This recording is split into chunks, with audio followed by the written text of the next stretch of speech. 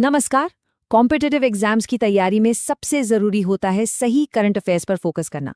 तो अक्टूबर 2025 के वो सभी टॉप फैक्ट्स जो एग्जाम में पूछे जा सकते हैं, उन्हें लेकर हम हाजिर हैं।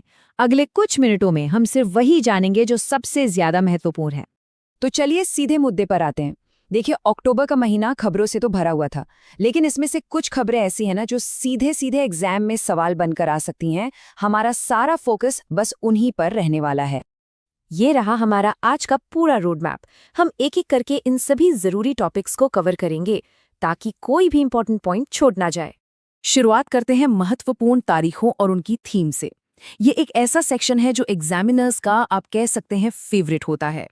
ये अक्टूबर की वो तारीखें हैं जिन्हें याद रखना ही है। और हाँ, विश्व पोलियो दिवस की थीम पर खास तौर पे ध्यान दीजिएगा। आजकल एग्जाम्स में डेट से ज्यादा थीम पूछने का ट्रेंड चल रहा है। अच्छा, अब आते हैं उस टॉपिक पर जिससे अगले 1 साल तक किसी न किसी परीक्षा में सवाल दिखना लगभग तय है। जी हाँ, नोबेल पुरस्कार। इस स्लाइड को जरा ध्यान से देखिए। ये नोबेल पुरस्कार विजेताओं को रिवाइज करने के लिए एक तरह से मास्टर की है। चलिए कुछ सबसे जरूरी विजेताओं को थोड़ा और समझते हैं। शांति पुरस्कार के लिए ये नाम खास है। नोबेल पीस प्राइज अक्सर उस साल की वैश्विक राजनीति और घटनाओं को दिखाता है। इस साल वेनेजुएला में लोकतांत्रिक अधिकारों की लड़ाई एक बहुत बड़ा मुद्दा रही और मारिया कोरिना मचाडो का संघर्ष उसी का प्रतीक है। और अर्थशास्त्र में इस साल का फोकस शानदार है। मतलब कैसे नई टेक्नोलॉजी पुरानी को हटाकर इकोनॉमिक ग्रोथ की रफ्तार तय करती है। इसे क्रिएटिव डिस्ट्रक्शन का सिद्धांत भी कहते हैं, जो आजकल बहुत ही रेलेवेंट है। ठीक है, तो नोबेल पुरस्कारों से आगे बढ़ते हैं। अब नजर डालते हैं अक्टूबर के कुछ और बड़े सम्मानों पर जो परीक्षा के नजरिए से बेहद जरूरी हैं। ये लिस्ट बहुत ही इंपॉर्टेंट है, खास तौर पे वो सम्मान जहां पहले भारतीय विजेता का टैग लगा हो, जैसे डॉक्टर सोनाली घोष और शेरी सिंह के अवार्ड्स। ऐसे सवाल अक्सर पूछे जाते हैं, तो इन पर खास ध्यान देना है। अब जरा देश की खबरों पर नजर डालते हैं। देखते हैं कि अक्टूबर में भारत में क्या बड़ी राष्ट्रीय घटनाएं हुई जो हमारे एग्जाम के लिए जरूरी हैं। सबसे पहले है ऑस्ट्रा हिंद 2025। जैसा कि नाम से ही जाहिर है, ये भारत और ऑस्ट्रेलिया के बीच एक मिलिट्री एक्सरसाइज है। इसका मकसद इंडो पैसिफिक क्षेत्र में सुरक्षा सहयोग को मजबूत करना और दोनों सेनाओं के बीच तालमेल को बेहतर बनाना है। इसके बाद है इंद्र 2025। ये भारत और रूस के बीच एक बहुत पुराना और महत्वपूर्ण जॉइंट अभ्यास है।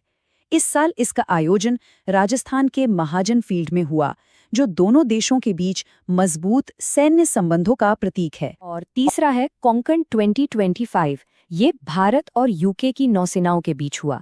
भारत के पश्चिमी तट पर हुए इस अभ्यास का मेन फोकस समुद्री सुरक्षा और दोनों नेवी की इंटरऑपरेबिलिटी यानी कि मिलकर काम करने की क्षमता को बढ़ाना था।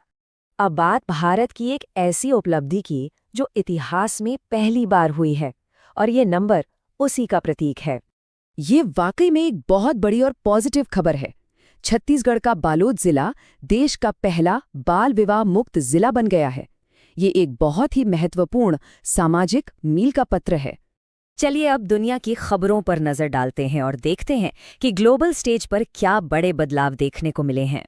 ये नियुक्तियां खासकर मैच द फॉलोइंग वाले सवालों के लिए बहुत ही महत्वपूर्ण हैं।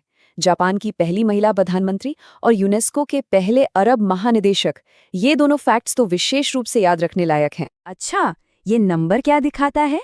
ये एक बहुत जरूरी ग्लोबल इंडेक्स में भारत की रैंक है। Global investment risk and resilience index 2025। इसमें 226 देशों में भारत को 155वां स्थान मिला है। इस लिस्ट में स्विट्जरलैंड पहले नंबर पर है और दक्षिण सूडान आखिरी पायदान पर। चलिए अब इस सेशन को खत्म करने से पहले कुछ और जरूरी तथ्यों पर एक रैपिड फायर नजर डालते हैं और फिर पूरे महीने का सार देखते हैं। खेल की दुनिया की बात करें तो Sultan of Johor cup hockey tournament में भारतीय टीम ने शानदार प्रदर्शन किया। फाइनल में ऑस्ट्रेलिया से करीबी मुकाबले के बाद भारत दूसरे स्थान पर रहा और हमें मिला सिल्वर मेडल।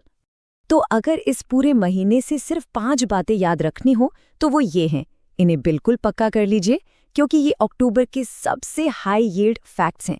इनके पूछे जाने की संभावना सबसे ज्यादा है।